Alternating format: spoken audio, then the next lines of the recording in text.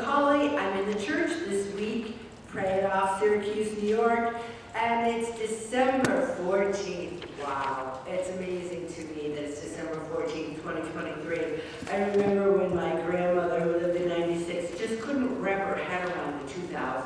She's like, how can I be alive when it's 2000? You know, because she was born in 1906. She just couldn't believe that she was in the 2000s. And I can turn your eyes to the back of the food log because there's an article called Autumnal Graces, the Graces of Autumn. And you might say, Ellen, isn't it winter? It's not. Winter is December 21st. We are technically still in autumn. And so I can use this article, which I thought was just really beautiful, and I encourage you to read it on your own. It talks about 3 unexpected gateways to wholeness. Wholeness. Isn't that what we're all looking for? We think the food's going to make us whole. We think the alcohol's going to make us whole. But God makes us whole. And He gives us the tools to make us whole. And these 3 gateways are letting go, falling down, and giving back. And these graces give gratitude, tenderness, humility, and gratitude is a gateway to joy, healing, transfiguring pain into passion. When I started praying off, I was at the worst point of my life. I waited like in the 300s. I was depressed. I didn't want to leave the house. But God helped me transfigure that pain into a passion for this group. The fruit of failure, humility, is the low door to wisdom. I failed so many times. It's given me a lot of wisdom on how I want to go forward with my life. So I want you to reflect on certain things. Like the Blessed Virgin Mary was always reflecting. That means she shut up. We need to shut up sometimes and just think about things.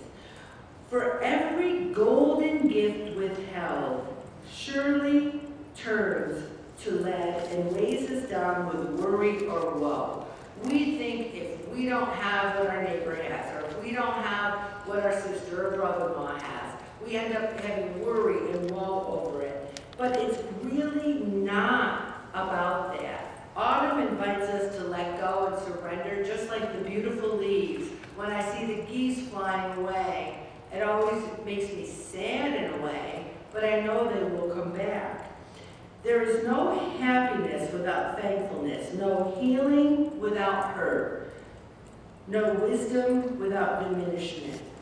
When autumn slowly strips the landscape bare to surround us in stark, splendid death, may we in thanksgiving share the harvest, give to the food pantry. A few years ago, and I'm not saying this to toot any horn, I said to Bob, I want to give to the food pantry every week. We can afford it, and I want to do it. And that's what we did. We started, how many years ago, Bobby? I think 19 we started? Yes. So maybe 4 years? We've done it, no, maybe 18. But anyway, it's like how many years you got to pray it up. But we've been doing it a lot. And it's just because giving back is what it's all about. Savoring the bounty of sunshine, showers, soil, and sweat, may you see peace, sow forgiveness, leave the leaves, and let go. Letting go of the past has been a challenge for me, and I'm beginning to start to let go, and it feels liberating. Blaming myself for everything has always been something I've always done. And I'm beginning to start to stop doing that, and it's liberating. Letting God have control is what He's been telling us all through the Bible. Doing that is liberating. There's a lot of joy in letting go. You still have to do the work. You can't say, well, I'm letting my weight go, and I'm letting God do it, and I'm going to eat whatever I want. That's not the way it works. He still wants you to do the work. But I don't think we need to be sad. And I don't think we need to be rushing around under a lot of stress. And that's what we're going to talk about right now, the stress